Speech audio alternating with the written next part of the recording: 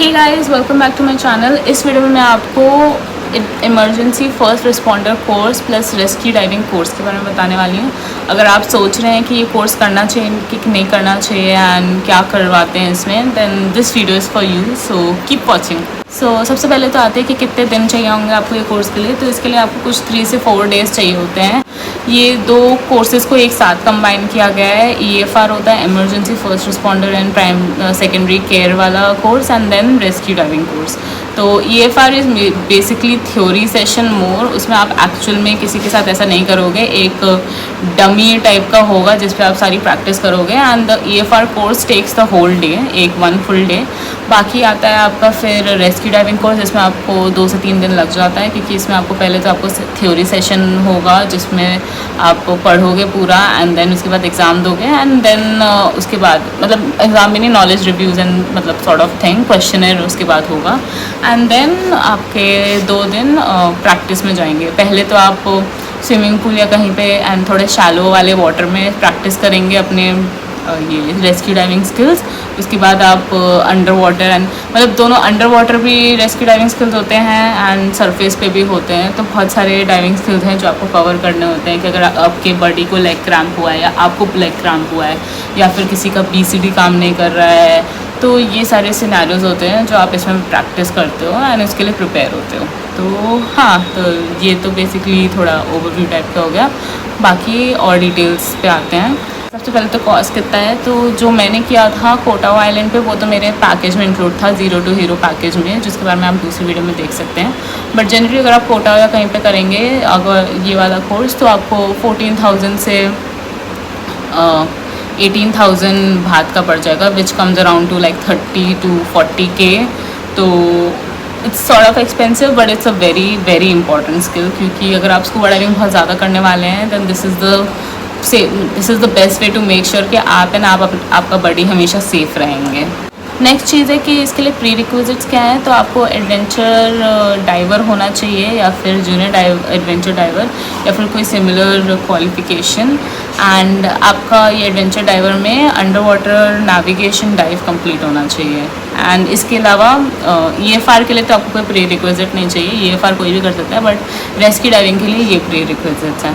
And एक और चीज़ है कि आपका जो EFR सर्टिफिकेशन है वो 24 मंथ्स के अंडर वाला होना चाहिए।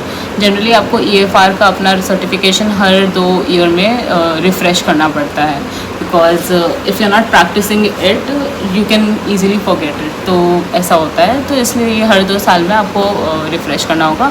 एंड रेस्क्यू डाइविंग के लिए दिस कंपलसरी कि अगर आपका 2 साल के अंदर रिफ़्रेश नहीं हुआ है तो फिर आप पहले EFR कोर्स करेंगे, उसके बाद ही रेस्क्यू डाइविंग कोर्स कर सकते हैं।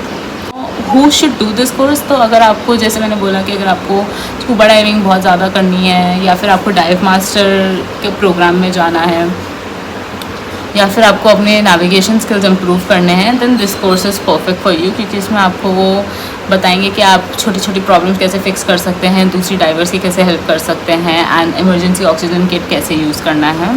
And of course EFR is always helpful, क्योंकि इससे आपको पता चलेगा कि CPR कैसे देते हैं एंड आपके फर्स्ट एड स्किल्स थोड़े ठीक करने के लिए बेस्ट है ये। एंड आपको पता चलेगा इमरजेंसी में कैसे आपको प्रिपेयर्ड रहना है हमेशा। तो आप डिफरेंट इलनेस या फिर कुछ भी इंजरीज़ होती हैं उसके लिए आप प्रिपेयर्ड रहेंगे कि कैसे इमीडिएटली ट्रीट करना है unless care arrives for the person और योरसेल्फ। तो अब आते हैं कोर्स आउटलाइन में। तो सबसे पहले, जैसे मैंने बोला, इमरजेंसी फर्स्ट रिस्पॉन्डर कोर्स होगा, जिसमें आपका पहले तो CPR का प्रैक्टिस कराएंगे, CPR कैसे देते हैं, एंड फिर फर्स्ट एड कैसे देते हैं। एंड ये जनरली 2 साल के लिए वैलिड रहता है, ये जो कोर्स सर्टिफिकेशन है।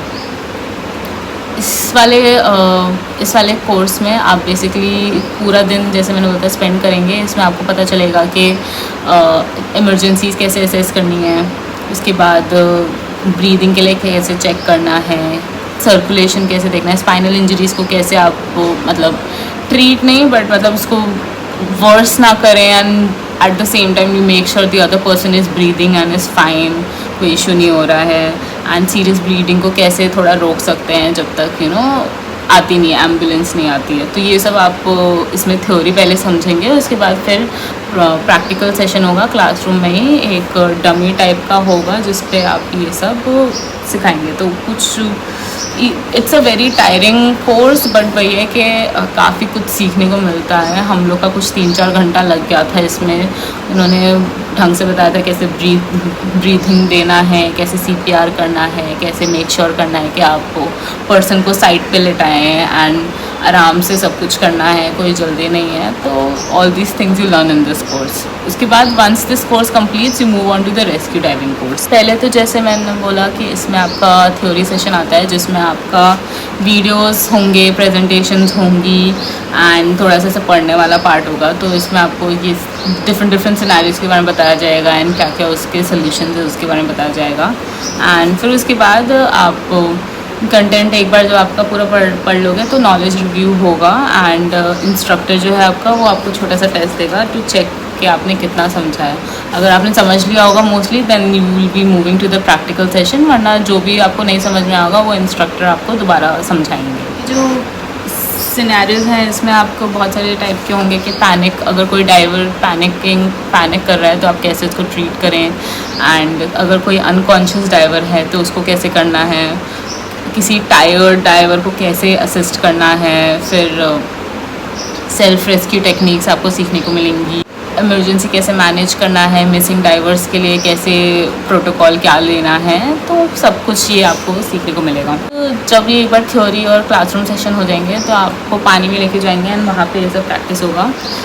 मुझे याद है कि मेरे टाइम पे पहले तो उन्होंने हमें सरफेस वाले कराए थे कि अगर लेग क्रैम्प है तो कैसे करना है, कोई पैनिक कर रहा है या फिर कोई अनकॉन्शियस है तो उसको कैसे हेल्प करना है अबव वाटर, ठीक है। उसके बाद फिर अंडर वाटर के सिनेरियोज थे कि अगर कोई अनकॉन्शियस है और उसका BCD बाहर निकला हुआ है तो आप उसको कैसे हेल्प करोगे, एंड अगर किसी का BCD का ऑक्सीजन ख़त्म हो गया है तो वो कैसे करना है। तो ये सब चीज़ें, आपका खुद का ख़त्म होने वाला है तो आपको क्या करना है, तो ये सब आपको इसमें प्रैक्टिस करने को मिलेगा। तो बेसिकली यही है इस पूरे कोर्स में। It's a very good course. I would suggest, अगर आप स्कूबा डाइविंग थोड़ा लॉन्ग टर्म के लिए सोच रहे हैं एंड आपको बहुत पसंद है तो आप ये वाला कोर्स भी ले लें, क्योंकि it will be helpful for you in the long run. क्योंकि कभी भी डाइविंग में कुछ भी हो सकता है, तो you always be prepared for any emergencies और अनफोर्सिन सर्कमस्टांसेस।